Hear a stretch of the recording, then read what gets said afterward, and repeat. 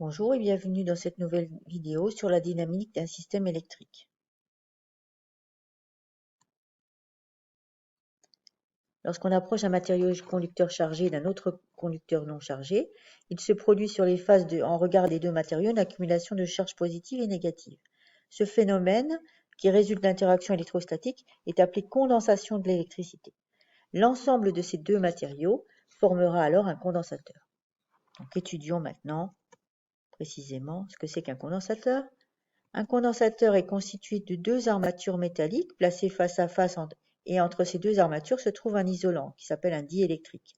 Lorsqu'on branche un condensateur à une alimentation, une charge s'accumule sur chacune d'entre elles en raison de la présence d'isolants. Il y a apparition d'un champ électrique uniforme entre ces deux armatures et une différence de potentiel ou tension apparaît aux bornes du condensateur. L'accumulation de charge est d'autant plus importante que la surface des armatures est grande ou que l'épaisseur de l'isolant est faible. C'est ce qu'on voit ici en voyant ici la valeur en haut qui change. L'aptitude d'un condensateur à accumuler des charges sous l'influence d'une tension est caractérisée par sa capacité. C'est un terme qu'on préférera à capacitance, utilisé en général dans certains pays anglo-saxons. Cette capacité est d'autant plus élevée qu'il y aura des charges accumulées. Ainsi, le condensateur est capable de stocker de l'énergie, et cette énergie est d'autant plus élevée que la tension d'alimentation est importante. Cette énergie stockée pourra servir pour alimenter un dipôle ensuite comme une lampe pendant un court instant. Donc on a vu qu'un condensateur c'était deux armatures identiques planes en regard, parallèles entre elles. La capacité C d'un condensateur dépend, on l'a vu, de la surface S des armatures, de la distance E qui les sépare, c'est-à-dire l'épaisseur de l'isolant, mais aussi de la nature de l'isolant. On peut définir la capacité par l'expression C égale epsilon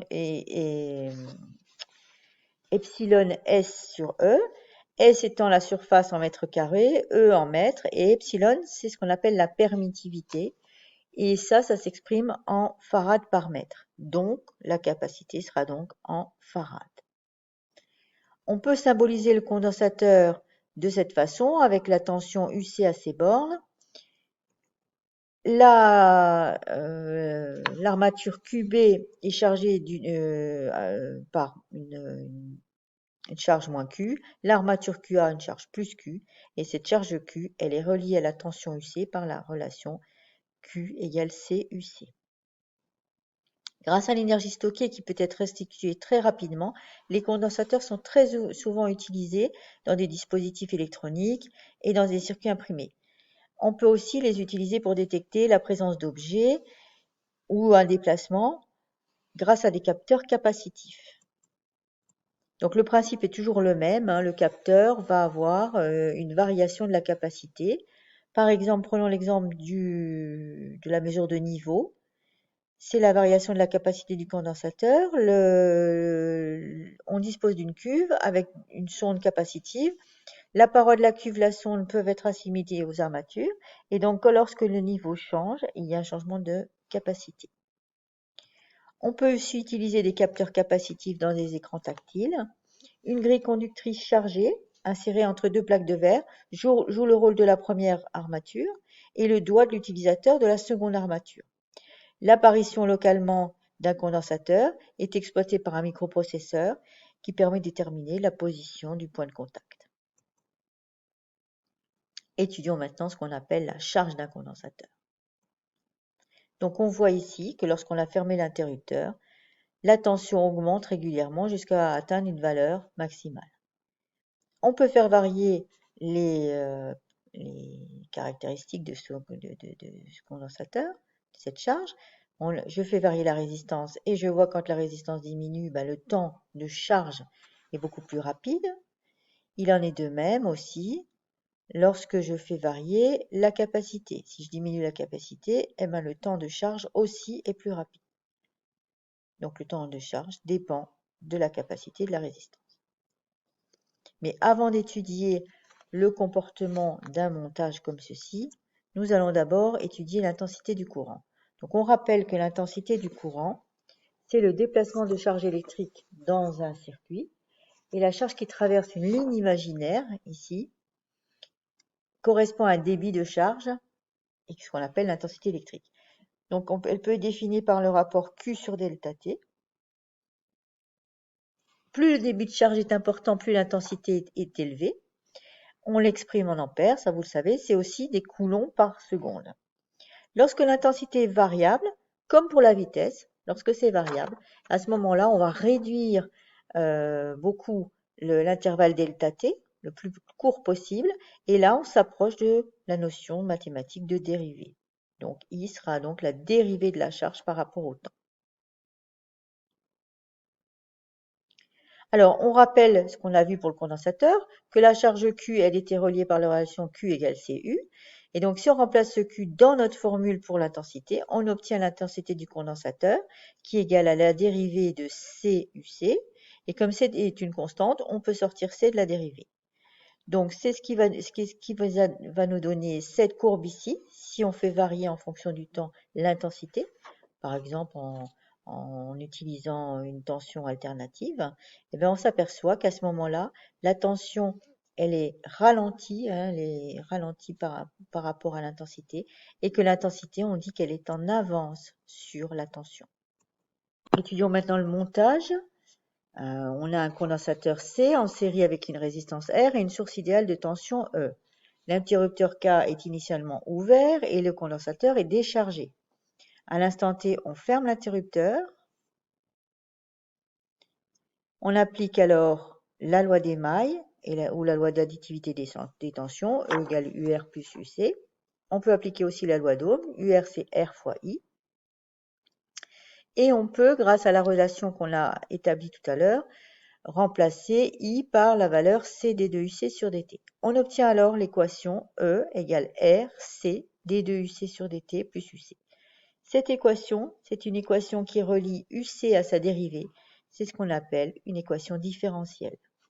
Mathématiquement, elle admet comme solution générale UC égale K fois exponentielle moins T sur RC plus E. Pour déterminer K, il faut s'intéresser aux conditions initiales. Donc on a dit qu'à t égale 0, on avait UC égale 0. Donc UC égale 0, ça nous donne 0. À t égale 0, l'exponentielle fait 1, donc K plus E, et on obtient donc que K égale moins E. Alors si on remplace dans l'équation et qu'on factorise par E, on obtient que UC c'est E facteur de 1 moins exponentielle moins T sur RC. Ça, c'est une courbe exponentielle, c'est cette courbe verte. Courbe obtenue par la tension UC au moment de la charge.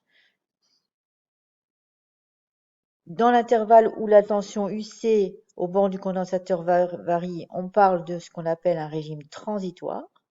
Et lorsque on a atteint la valeur E qu'on veut obtenir, la tension ne varie plus, on parle de ce qu'on appelle le régime permanent. Étudions maintenant la décharge d'un condensateur. Donc on regarde ici. Cette fois-ci, on passe l'interrupteur de la position précédente à la position lorsque on veut décharger le condensateur. Donc ici, le condensateur et la résistance sont branchés sur aucune alimentation. On voit que la tension UC diminue au cours du temps jusqu'à atteindre la valeur finale 0. Alors on regarde le montage. On a bien une résistance avec un condensateur. On écrit la loi des mailles, cette fois-ci UR plus UC égale 0, il n'y a plus d'alimentation ici, on est en train de décharger.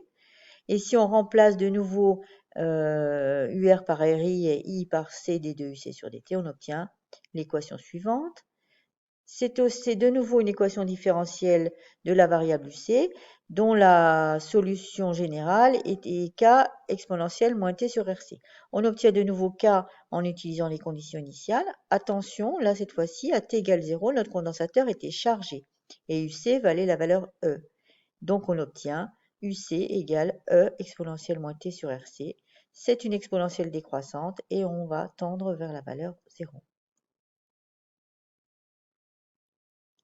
Alors, regardons ce qu'on appelle le temps caractéristique. On a vu tout à l'heure que la charge ou même la décharge dépendent des deux caractéristiques du condensateur et de la résistance. Alors, on peut définir ce qu'on appelle le temps caractéristique, qu'on appelle aussi dans certains ouvrages la constante de temps. Et on s'aperçoit que suivant la valeur de la constante de temps, eh ben, on a une charge plus ou moins rapide. C'est valable aussi pour la décharge.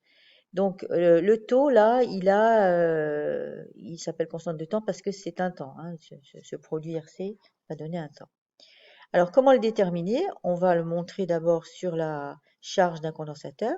Pour ça, on va prendre la tangente à l'origine, ici, et on va prendre le point d'intersection avec la valeur finale, la valeur qu'on veut obtenir. Et on obtient ici taux. On peut aussi obtenir taux, et ça c'est des notions mathématiques, si on va chercher 63% de la valeur finale, c'est-à-dire 0,63 fois E, on trouve aussi taux. Que faut-il retenir? Eh bien, que le condensateur, c'est deux armatures chargées électriquement, séparées par un isolant, que le courant I est défini par la dérivée de la charge électrique par rapport au temps, et que la charge d'un condensateur, c'est C fois U. Que un condensateur dépend de sa géométrie, la capacité dépend de la géométrie, et ça peut être utilisé lorsqu'on utilise des capteurs capacitifs.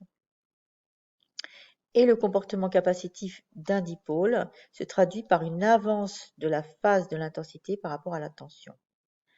Ensuite, maintenant, au niveau de la charge et de la décharge, les équations différentielles, donc ça vous reverrez un petit peu la vidéo, avec les deux solutions, et comment trouver taux sur les deux graphiques.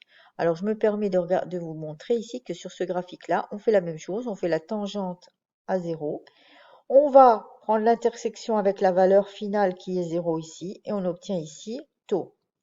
Et ici, cette fois-ci, on est à 0,37. Pourquoi? Parce qu'on est à 63% du début. On a diminué de 63%.